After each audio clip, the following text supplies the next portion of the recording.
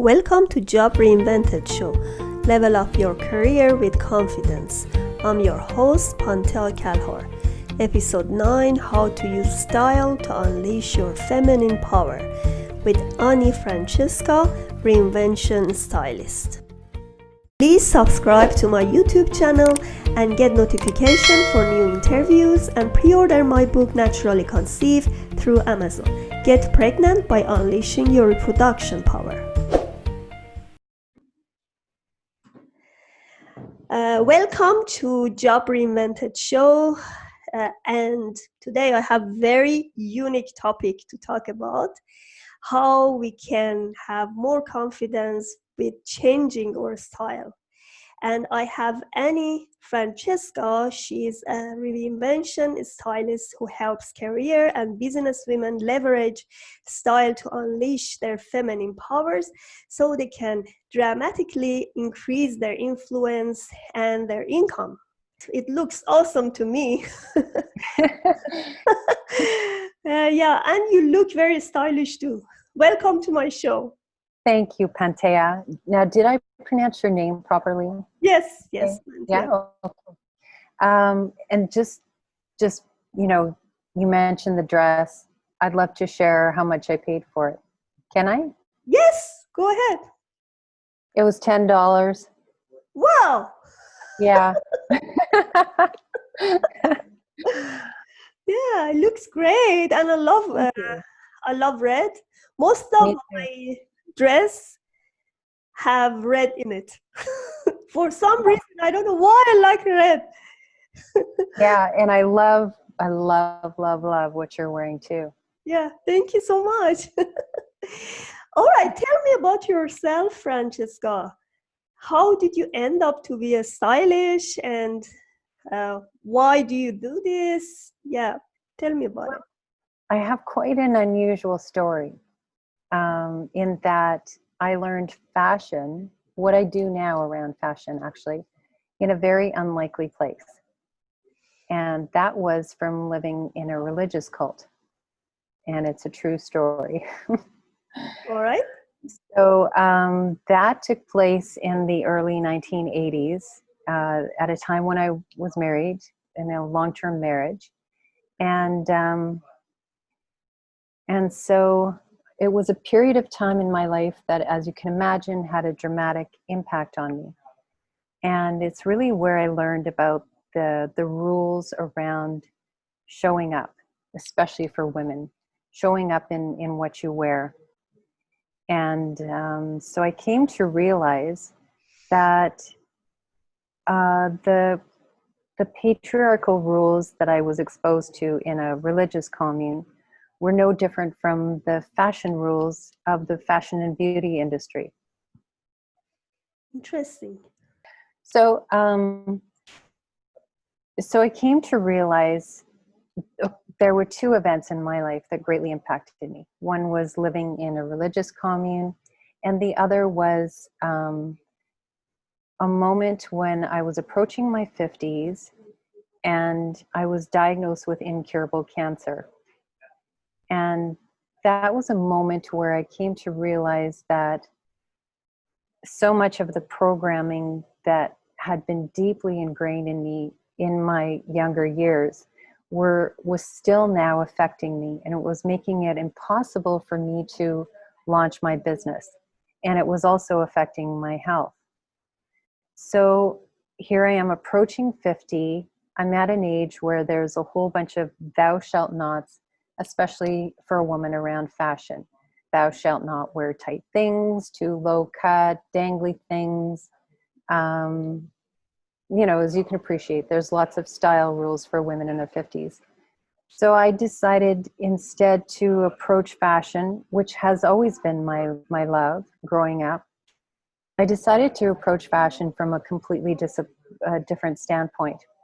So I started to dress the woman that I always wanted to become, the woman that was vibrantly healthy, traveling the world, speaking on stages, publishing books, a very, very successful businesswoman. And so I did that with a pair of skin tight, sparkly pants, which by rights, a woman in her 50s should not be wearing. And so as you can imagine, with these sparkly pants, I would wear them during the day. Again, you shouldn't be wearing sparkly pants during the day. It's not appropriate. But what that did for me is it just enabled me to step into first this person, this woman that I saw myself becoming, and really tap into these feel good, amazing feelings. Do you know what I mean? Yes. And so people would literally stop me on the street just to say, excuse me, I just have to say, you look like $1,000,000. Wow. And and then at the same time, I would get such a thrill saying, well, I hope you don't mind me saying this, but I just had chemo, my second round of chemo a couple of days ago. I don't know if you can tell. And then their mouths would just drop to the floor and say, whatever you're doing, keep doing it. It's totally working for you. So the byproduct of doing that was that in less than 6 months, I completely overcame an incurable cancer diagnosis. Wow. And since then, I've traveled the world. I've published my book, spoken on stages, and now I've created a system whereby I teach women the same tools that help me to get these same amazing results. Wow. I'm really impressed. Thank you. That's a really great example of self-love. Yeah. That's what I've heard from not only you, from other cancer survivor and fertility survivor, as I'm saying. The Yeah. moment you shut the doors to yourself and you say, that's it, I'm done, you are really done. Yeah. But if you open the doors and then you start to love yourself, do something for yourself, and feel good about yourself, then everything's gonna change in you. Yeah. 100%. And I would add to that, honor yourself in the process. Do you know what I mean? Yes. I was honoring myself by wearing something that I would have been too chicken to wear in the past. Too chicken because I was worried about what everybody else would think, you know? And at that moment, it was life and death, and I was going to live. And I stopped caring what other people thought of me. I think 40 to 50, over 50, starting from mid 40, is the best timing of women's life. You know why? Why? For me, it was because I'm over 40 and I have a baby girl, 2.5-year-old. Wow. And the point is, when you are in 20s, you are still struggling to do your study and looking for someone to get married or have a family, So you are undecided and you are very wander around yourself. So you are still planning. Yeah. In your 30s and 40s, you start getting more established and you know what you're doing. And I think when I see entrepreneurs, women entrepreneurs, most of them are more than 40s. That's so interesting to me. Yeah. 50s, 40s, because they are established. They know what to do, and they are not worried about making a family or having kids. So it's more fun when you are in this age, and still you are young. You feel young. You even look young. So to me, it's the best time of my age. It is. It really is. Yes, yes. Yeah. So what are the top important factors to be successful as entrepreneurs? That's a good question. Um, I would say that the steps are really easy. And those steps are, know who your target audience is, and know your offer and how to serve your target audience. The biggest piece that I have found that especially when I was learning entrepreneurship, for the past 7 years, was how important it is to embody this person that you want to become. It's the mindset piece that encompasses everything. And I found so very little help or support in that regard. So this is why then I have developed this thing that I call the life-changing style method, because it's a tool that professional and business women can use, and it's a fun way of accessing that bigger part of you and really bringing out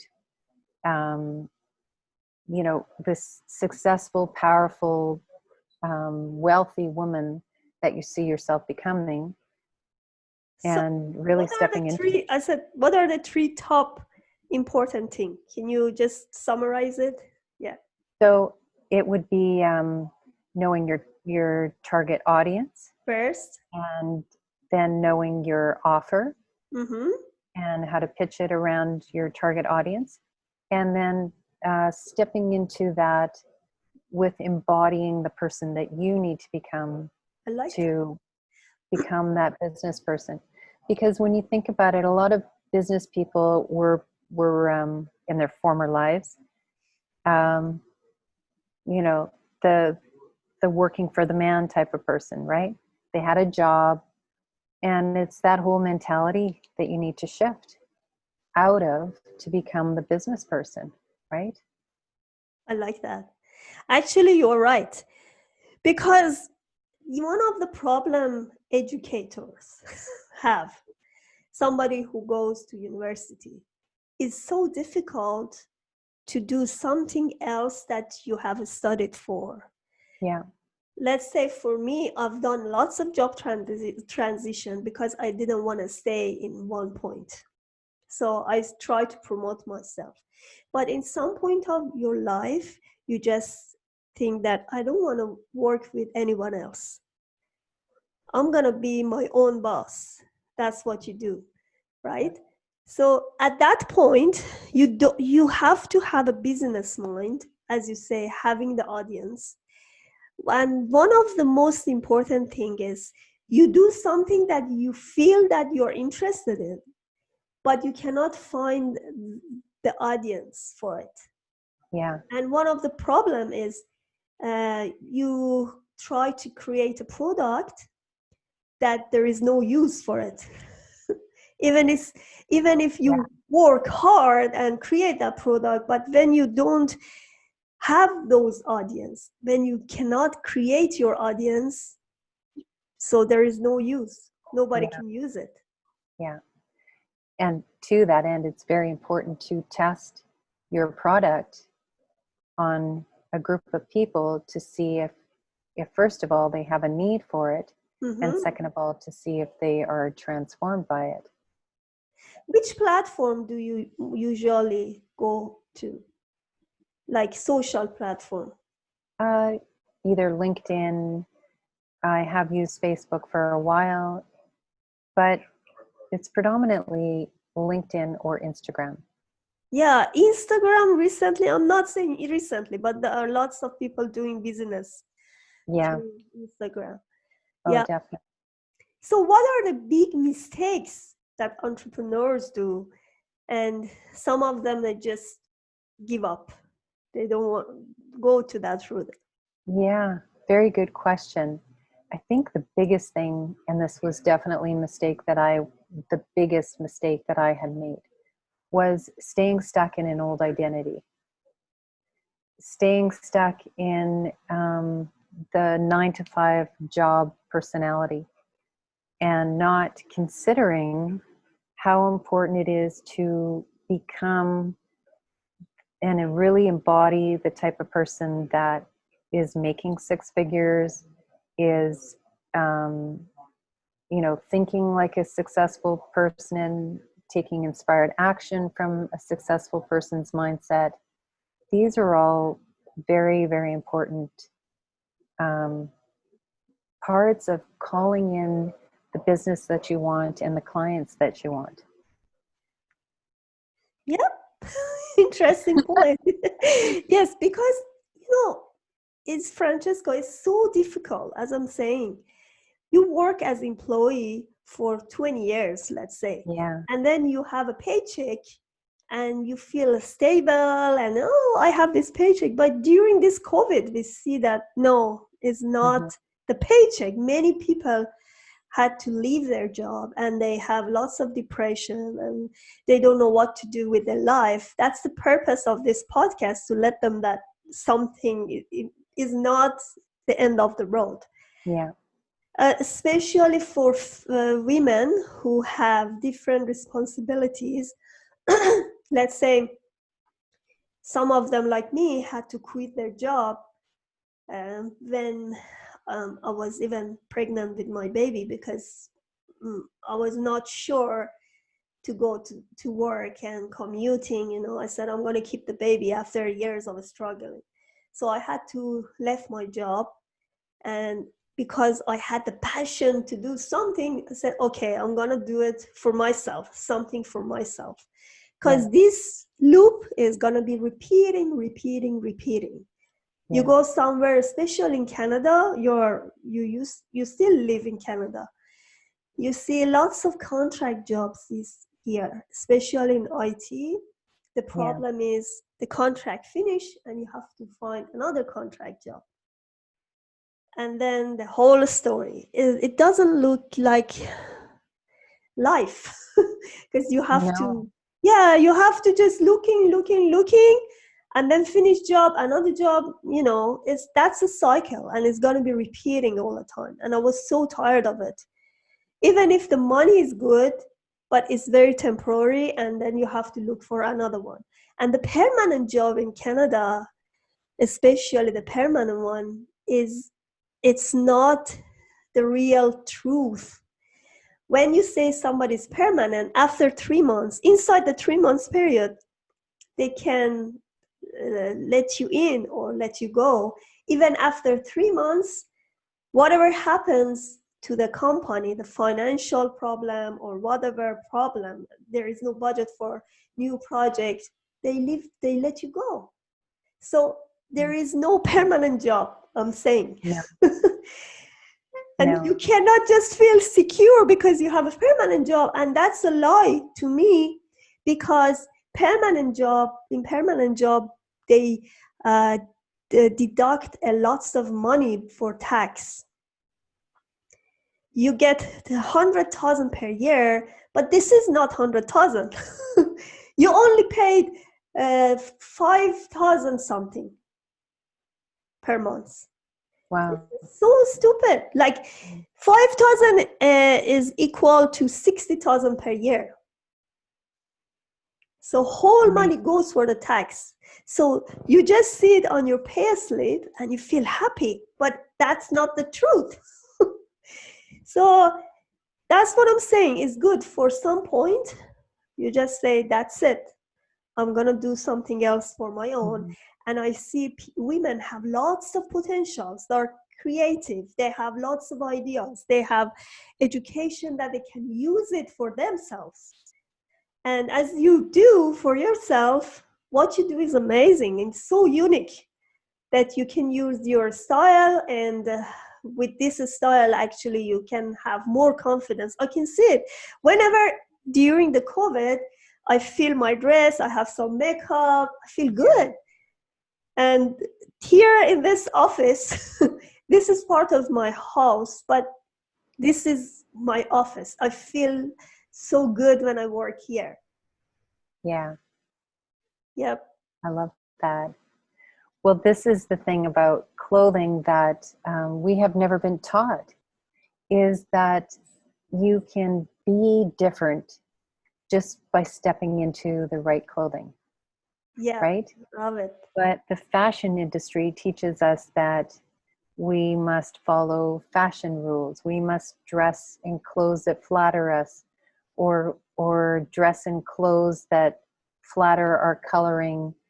And and our shape and our size. And all of this is something I throw out the window completely. Me too. And yes, high five to that, right? You should have a And style that you can follow it whenever you want. 20 years yeah, after this, or, you know. yeah, yeah. And it's really about getting clear on the woman that you want to become and finding the clothes that help you to embody that. And that's where it becomes life-changing. You know, that's interesting. 20 years ago, you never thought these torn trousers, like jeans. Oh yeah, This is like, to me, is I can't still, I can't feel it. Like, I can't understand it right now. yeah, Many people may like it. There is no offense, anything. But 20 years ago, you never thought torn no, trousers are gonna be a fashion. You know, if you just stick to these fashions, you go crazy, and then you have you to really do. for the fashion. You really And on that note, with torn anything, um, and there's no judgment, but this is just a question. If you have anything that's torn in your wardrobe, even if it's a torn pair of jeans or torn on a jacket or something, just ask yourself if this is what a successful, wealthy business person would wear, right? Do you feel successful in it? Do you feel wealthy in it? If you can answer that honestly and say yes, then I go like it. ahead, wear the torn jeans. But if you can say honestly, no, I don't really feel super successful in this. I feel kind of sloppy in this. Then then that's got to go. You know, I used to teach in a college, Mm-hmm. and one day one of the lecturers uh, had running shoes coming to the college, and the Yeah. next day the manager just put some announcement on the wall and said, this is a dress code for the college, please Yeah. follow this dress code, because they don't accept you with the running shoes coming to the college and teach Yeah. adults, you know. So Yeah. everything should be, I'm not saying that you shouldn't be comfortable, but looking good, good appearance, and um, you feel tidy and clean, you know. When you are student, it's different. I remember when I was a student, I always like in jeans. I was very casual when I was a student. But then I came to Canada and start working. So it shouldn't be like that. It should be changed. Like, because even before I was a student in Australia, I had my master in Australia. Mm. Before that, I used to work, and during the work, still I used to dress up. Yeah, and feel good, Love because that. you go to work, you dress up, and then uh, you don't look messy and unclean, you know. Yeah. Yeah, Yeah. gives Oh, you I love that. more And it's confidence. true. Um, Showing up in a certain way shifts your energy. Yes. Uh, there have been studies done that show that you're more productive, you accomplish more, you can be more creative, and you're also more confident. So there are actually schools that suggest, they don't require it, but they suggest that when their students are taking a test, that they dress up. The boys, let's say, wear a suit and tie, and the girls dress in a dress or something, because it actually does change your physiology and changes how you show up, Yep. right? Yes, that's a good Yeah, point. Yeah. yeah.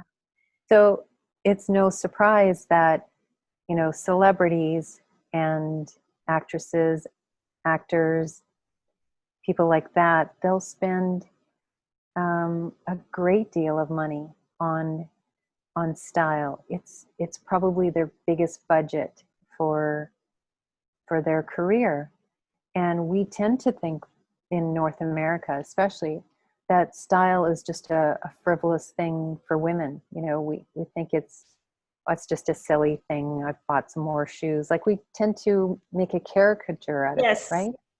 But it's really the most powerful tools you can use for business success.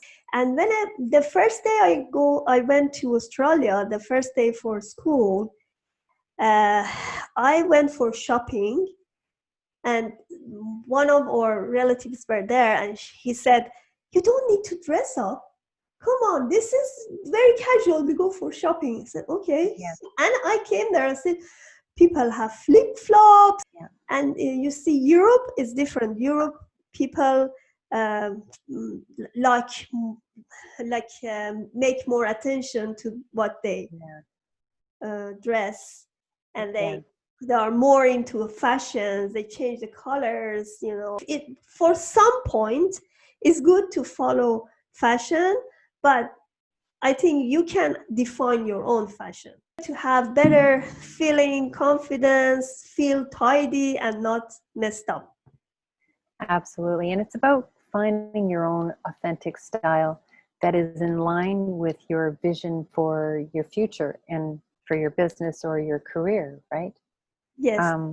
To your point, though, about fashion in North America, if you were to step out onto any street in any city in North America, you would find that people are dressing the same. They're wearing a similar uniform of casual things, runners, yoga pants, sweatpants, you know, not so vibrant colors.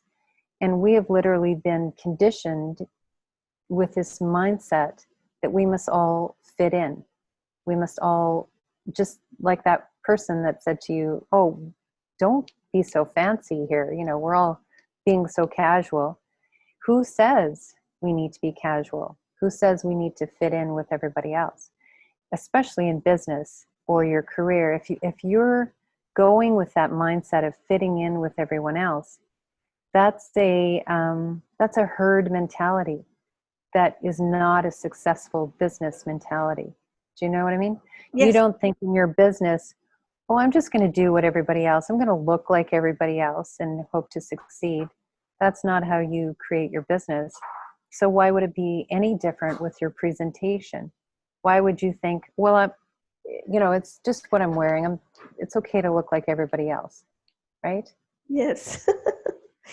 I remember myself the first day I was teaching in high school. I was very young, like around 23, 24-year old, and I looked so young, younger than my age those days. And then I came to the class. They didn't realize that I'm a teacher, actually. They thought I'm a student. And I feel that they don't respect me the way they have to. So what I did the next day, I just changed my shoes, high heel. I felt I felt more confidence, and I just feel that everything is changing. Yeah. Even the attitudes, everything changed. Suddenly, everything changed. Yeah. I don't know. Sometimes, even when you feel better in something, you can see other people even have the same attitudes toward you. Yeah. Yeah, for sure. Well, I like to think of it like this. Have you ever watched the movie Pretty Woman? Yes, yes, Julia Roberts. Okay. So you recall how she's dressed Yeah. in the streetwalker style, right? It's quite sloppy. Even her posture is kind of hunched over, and she's got this I don't really care sort of attitude, right? Then she walks into this high-end boutique on Beverly Hills. You know, of course, the second time around with Richard Gere, where she's treated like a queen, and she walks out like a princess, right? So imagine her going to that dinner in the evening wearing her streetwalker clothes to this fancy restaurant. Do you think she would have presented herself like this elegant, No. accomplished woman? No, she would have come to that dinner tugging on her clothes, feeling really uncomfortable, like she didn't belong there. And that's just an idea of the power of clothing. And what Richard Gere did for her is he helped her to step into a new vision for herself, that she wasn't just the streetwalker. She was this elegant, accomplished woman. I like that. Sometimes when you look at somebody, try to have a very expensive dress, but the colors are not matched. I see it too many times. Even the makeup is not matched. And she does so you really can find out about the personality of the person. So by looking at someone with the clothes, you can have some facts about the person as well. So you feel somebody, very confident, very stylish, and very calm, and has lots of dignity.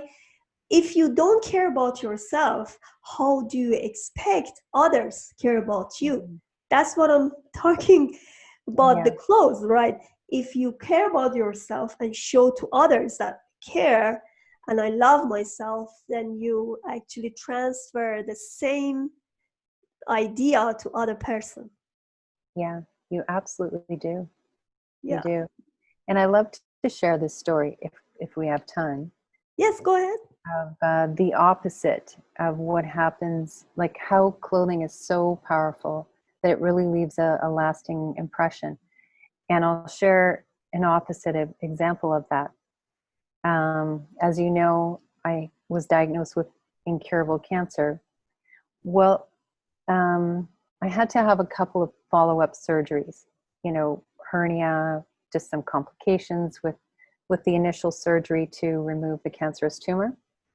And so I had a couple of weeks before this operation. It was hernia surgery, or was it hernia?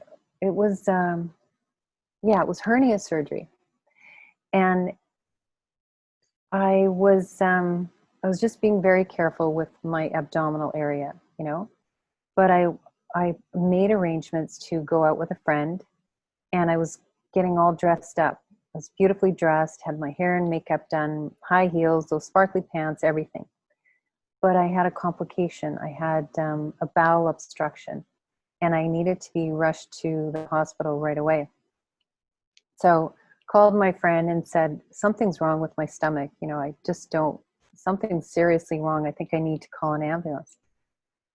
So I called an ambulance, and the attendants walked up to the door, and they just looked me up and down, and they basically said, you're fine. Go walk in the, get yourself to the ambulance, right? Because of your dress. Right. They would not be convinced that I was sick. And even when I got to the emergency room, I got the same response from the nurses. Oh, no, you're fine. You don't need a wheelchair. You're like, no one would assist me because of what I was wearing. So that's just how strong of an impression the right clothing will do for the people around you. Do you know what I mean? Yes. They're going to make a mistake because they don't get the same impression that you have inside. Yeah, in that particular instance, I needed to dress like a hobo, and then we get all kinds of help. Not in hospital next time. Because in Canada, you have to wait for a long time in emergency. So it's better you really feel sick to go to ambulance or other than that, you have to wait more. All right. Do you have any free program or anything you're going to share with my audience? I do, actually. I have a free workshop. And that you can find. Now, I think I provided you with a link. Off the top of my head, I can't recall what the link is. So you'll provide that in the show notes? Yes, let me see. Yes, I guess. Yes, I think you it's have called the the, reinventionstylist.com. Is that it? yes, at www.reinventionstylist.com. And the workshop is the Reinvent Your Style workshop. Okay, thank you so much. I really enjoyed your talk, and I'm 100% sure my audience also did. And yeah, let's have more self-confidence with changing our clothes and our appearance. Yes, amen to that, Pantea. Yes, yes. Thank Thank you you. so It much. was such a pleasure to be on your podcast today. Thank you so much.